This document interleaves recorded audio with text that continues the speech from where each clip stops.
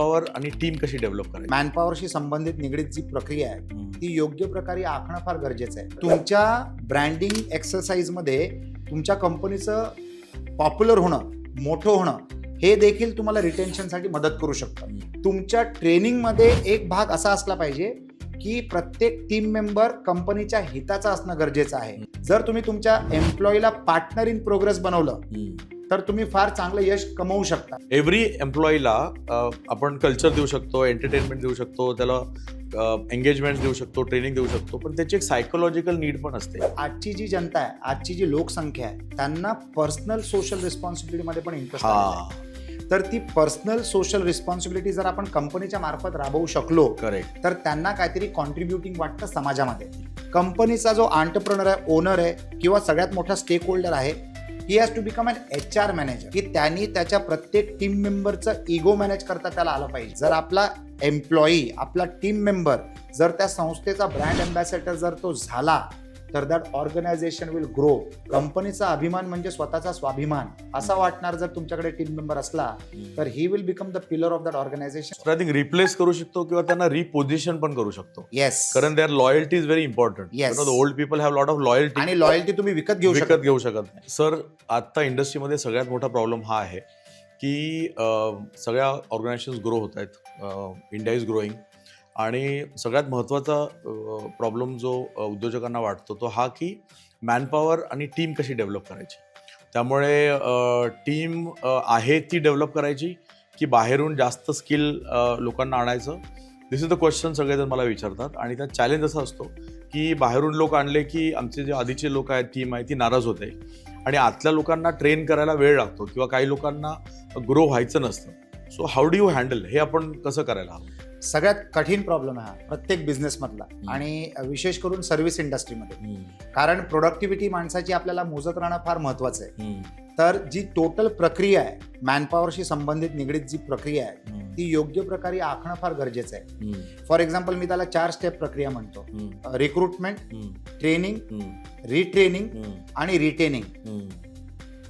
कुठच्याही टीम मेंबरला ग्रोथ पाहिजे, 2-3 गोष्टींमध्ये ग्रोथ पाहिजे. एक तर त्याला त्याच्या स्किलसेटमध्ये ग्रोथ पाहिजे, करेक्ट, त्याला त्याच्या पगारामध्ये आणि इन्सेंटिव्हमध्ये ग्रोथ पाहिजे आणि ओव्हरऑल संस्थेची ग्रोथ पाहिजे. कारण जर तुम्ही एका नामचीन कंपनीमध्ये काम करता तर that also massages the ego.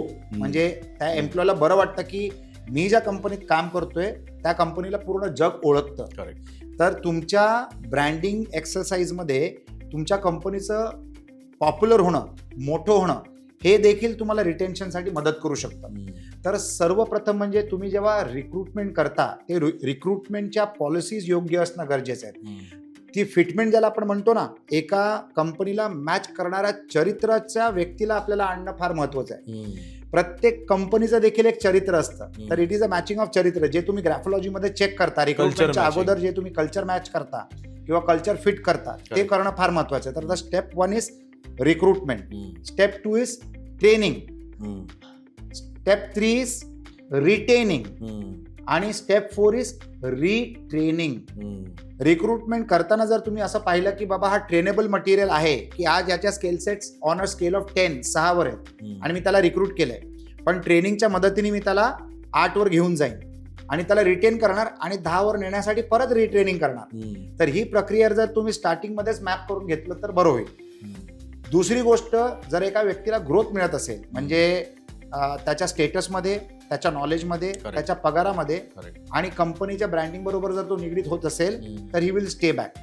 पण सगळ्यात मोठा प्रॉब्लेम कसा असतो की एक टीम तुम्हाला एका लेवलपर्यंत नेऊ शकते, पण त्याच्यानंतर जसं तुम्हाला क्रिकेटच्या टीममध्ये कशी एक रोटेटिंग प्लेअरचा सेट असतो, बेंचवर 15 प्लेअर असतात, टीममध्ये खेळतात 11 प्लेअर, म्हणजे 13 ते 15 प्लेअर तुमच्या बेंचवर असतात. तर तिथे सुद्धा रोटेशन होत राहतं किंवा तुम्ही नवीन प्लेअरला सुद्धा टीममध्ये आणता पुढच्या मॅचसाठी. त्याच प्रकारे तुम्हाला ते करावं लागतं. परंतु तुमच्या ट्रेनिंगमध्ये एक भाग असा असला पाहिजे की प्रत्येक टीम मेंबर कंपनीच्या हिताचा असणं गरजेचं आहे. कठीण गोष्ट आहे, पण कठीण काम जर तुम्ही सोपी केली तर तुमची संस्था मोठी वाढू शकते. करेक्ट. तर ते करणं गरजेचं आहे. जर तुम्ही तुमच्या एम्प्लॉईला पार्टनर इन प्रोग्रेस बनवलं तर तुम्ही फार चांगलं यश कमवू शकता. म्हणजे मी माझ्या अनेक व्हेंचर्समध्ये तेच करायचा प्रयत्न करतो. कधी पण तुम्ही 100% यशस्वी होणार नाही, 75% पासून 100%च्या मध्ये जर तुम्ही असलात तर ती चांगली गोष्ट आहे. तर हे प्रयत्न करत राहणं फार महत्वाचं आहे. There is no 100% success formula, पण तुम्ही हे कंटिन्युअस प्रक्रिया मेंटेन करणं महत्वाचं आहे. Correct. So this is definitely management kind of angle. पण मी आता एका संस्थेबरोबर एका मोठ्या ऑर्गनायझेशन बरोबर काम करतोय आणि तिकडे they had build good leaders, म्हणजे 40, 45, 50 पर्यंत आले होते लोक आणि दे वर व्हेरी लॉयल ऑल्सो. पण ह्याच्या पुढे ना मनी वॉज नॉट मोटिवेटिंग. पैसे त्यांना वाढवून नको होते, त्यांना एक वेगळा कम्फर्ट हवा होता. आणि ते टास्क आमच्याकडे आलं होतं की यांना आता तुम्ही हे भारतातले लीडर्स आहेत किंवा नॅशनल लीडर्स आहेत, त्यांना आता ग्लोबल लीडर बनवायचं आहे. तो एक सायकोलॉजिकल अँगल त्याचा रिसर्च असा आहे की आत्ता भारतामध्ये जी जॉब करणारी पिढी आहे ना, this is 4th generation of employees. तर पहिली पिढी जी होती त्यांना नोकरी म्हणजे ब्रेड अँड बटर, म्हणजे कुठली नोकरी चालायची, कशी नोकरी चालायची. दुसरे होते ना, त्यांना थोडंसं प्रॉस्पेरिटी होती, घर घ्यायचं आहे, गाडी घ्यायची आहे. पण आत्ता जी पिढी आपल्याकडे येणार आहे जॉबला ना, त्यांना हे सगळं झालेलं आहे. सो ते जे काम करतायत त्या काममधनं what is the value they are giving to the world, हे त्यांच्यासाठी खूप महत्त्वाचं आहे की मी हे काम का करतोय आणि मी मला ह्यातनं माझं पर्पज दिसतंय का. सो आम्ही रिसेंटली एक इंटरव्ह्यू घेत होतो आणि तिथे तो जो नवीन एक एम्प्लॉई आला होता, तो म्हणाला, सर तुमची ऑर्गनायझेशन ना पोल्युशन खूप करते आणि त्यामुळे I am not very keen to work in this organisation. Sir त्या लेवलची एक सायकोलॉजिकल नीड आता जनरेट झालेली आहे. That is one. दुसरं, एव्हरी एम्प्लॉईला आपण कल्चर देऊ शकतो, एंटरटेनमेंट देऊ शकतो, त्याला एंगेजमेंट्स देऊ शकतो, ट्रेनिंग देऊ शकतो, पण त्याची एक सायकोलॉजिकल नीड पण असते. की एक फेमस पुस्तक आहे द बिग अमेरिकन ड्रीम, त्याच्यामध्ये 5 गोष्टी एका एम्प्लॉईची गरज असते आणि त्यातली 5वी ही असते की मी माझं काम करत असताना मला सॅलरी मिळते, माझी फॅमिली चालते, फायनान्शियली मी फ्री झालोय, पण मी समाजासाठी काय करतोय. सो एक ऑर्गनायझेशननी CSR ॲक्टिव्हिटी विथ जर एम्प्लॉईज केले तर त्यांना ते एक फील चांगलं मिळतं की माझी कंपनी हे पण करते आणि म्हणून त्यांना त्यांची जी नीड आहे, एक सोशल नीड किंवा सायकोलॉजिकल नीड, ती त्याच्यातनं पूर्ण होते. तर असा मी एक प्रयोग केला आणि 10 वर्षापूर्वी ना एम्प्लॉईजना कुठल्या तरी रिसॉर्टमध्ये घेऊन जायचं आणि फन ॲक्टिव्हिटी करायची. That was for customer, that was their engagement. पण आता ते स्वतःच करतात, त्यांना कंपनीची गरज नाही आहे, पण त्यांना सोशली काहीतरी करायचं असतं. ती एक भूक असते आणि ती जर एका ऑर्गनायझेशननी त्यांची पूर्ण केली तर एम्प्लॉई कंपनीला आणखीन जास्त अटॅच होतो. So that was a more psychological approach to do that, असं मला वाटतं. हा, आपण ना कॉर्पोरेट सोशल रिस्पॉन्सिबिलिटी बद्दल भरपूर ऐकलंय, भरपूर चर्चा केली आहे आणि भरपूर या गोष्टीचा प्रचार झालेला आहे. परंतु आजची जी जनता आहे, आजची जी लोकसंख्या आहे, त्यांना पर्सनल सोशल रिस्पॉन्सिबिलिटीमध्ये पण इंटरेस्ट आहे. तर ती पर्सनल सोशल रिस्पॉन्सिबिलिटी जर आपण कंपनीच्या मार्फत राबवू शकलो, करेक्ट, तर त्यांना काहीतरी कॉन्ट्रीब्युटिंग वाटतं समाजामध्ये. येस. आणि आजचा जो नवीन युग आहे, they are एन्व्हायरमेंटली very alive, Gen Z ज्याला आपण म्हणतो. म्हणून जर तुम्ही जाहिरातीमध्ये जर पाहिलं तर बरेच लोक एन्व्हायरमेंटची रिलेटेड इन्फॉर्मेशन प्रचारात आणतात, कारण they want to show that they are socially aware, socially alive आणि सोशली कोऑपरेटिव्ह. आणि अशी जर कंपनी असली ना तर प्रत्येक एम्प्लॉईला, प्रत्येक टीम मेंबरला अभिमान वाटतो की मी या संस्थेशी निगडीत आहे. Correct. Making America great was what every citizen of America, त्याला असं वाटायचं की माझा देश हा पूर्ण जगामध्ये सर्वप्रथम आहे. जसं आता प्रत्येक भारतीय नागरिकाला वाटतं की माझा भारत देश हा जगामध्ये सर्वप्रथम आहे आणि अजून मोठा होणार आहे. आणि तसंच भावना आणि तसेच विचारधारा जर आपण कंपनीसाठी निर्माण करू शकलो तर अतिउत्तम. एक्झॅक्टली. कंपनीचा जो एंटरप्रेन्योर आहे, ओनर आहे किंवा सगळ्यात मोठा स्टेक होल्डर आहे, he has to become an HR manager.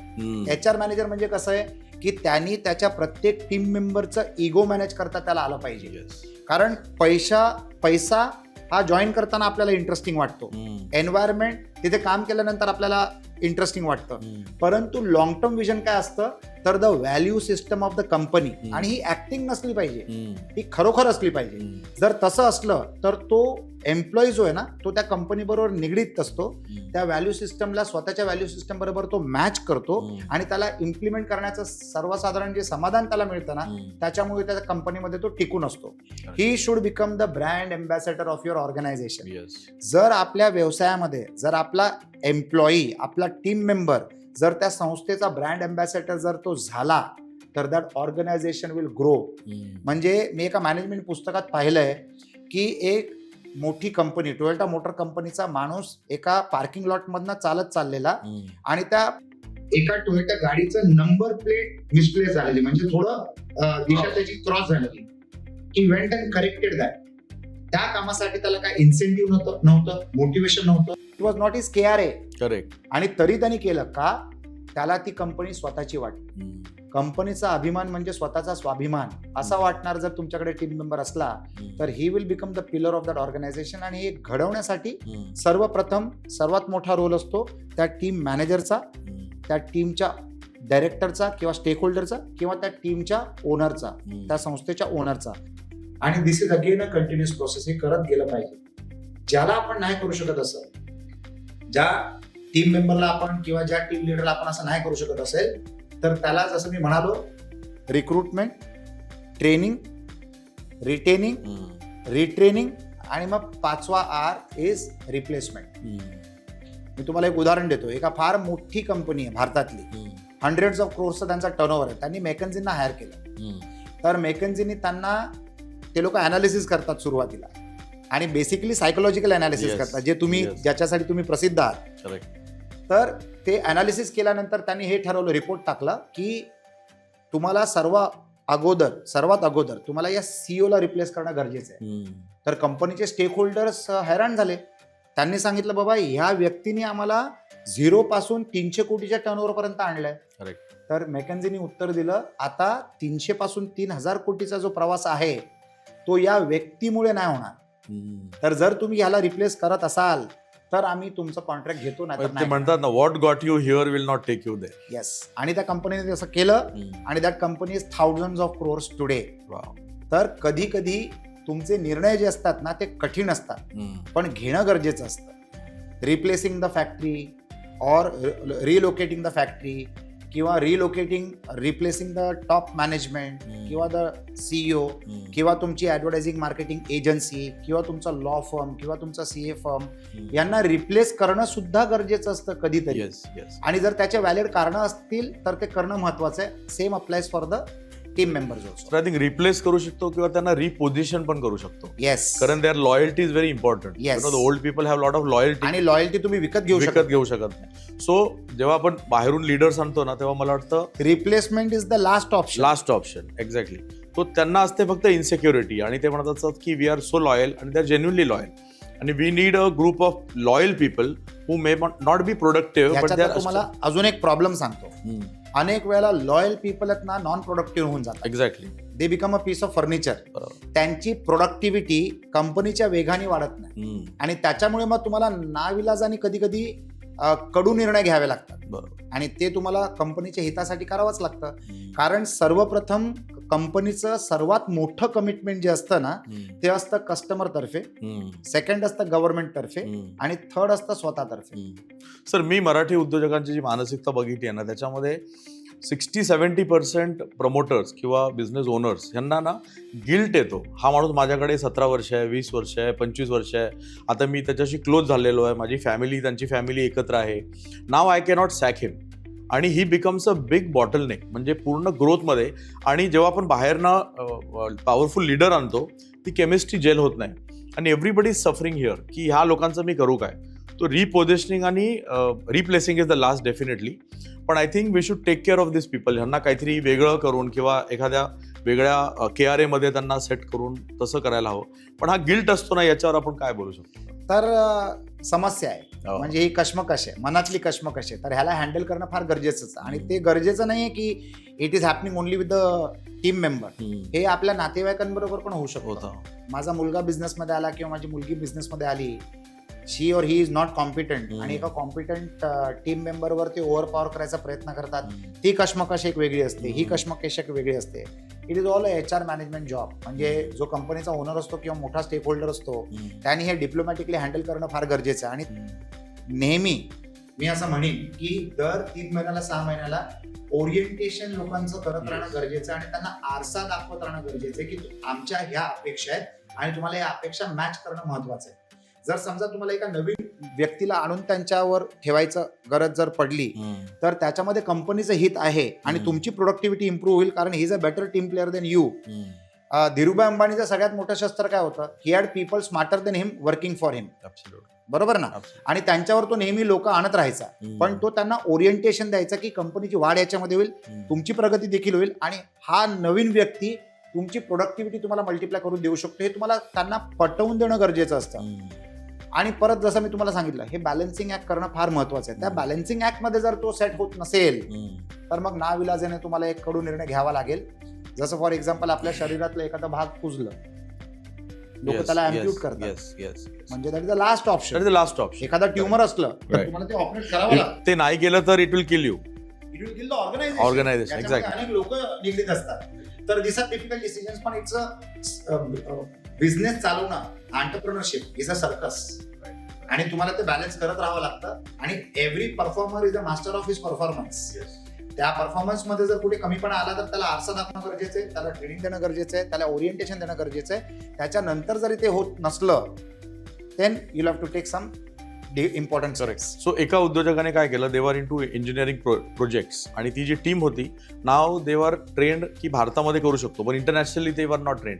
तर इंटरनॅशनली एक नवीन लीडर आणणं गरजेचं होतं. पण आपण तिथे काय डिस्कशन केलं की he is a loyal person, hard working, पण त्याचं नॉलेज कमी पडतं. So we started different vertical for हिम.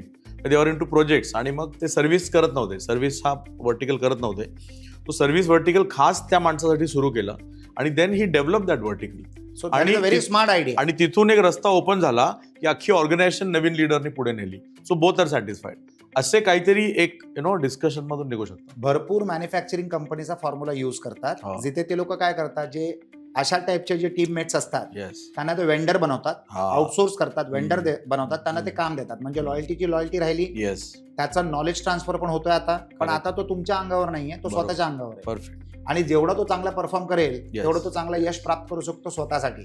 आणि अनेक वेळेला अशी लोक एक्स्ट्रा प्रोडक्टिव्ह होतात जेव्हा त्यांना असा रोल मिळतो, त्यांना फ्रीडम मिळते, कारण त्यांना ओनरशिप मिळाली ना.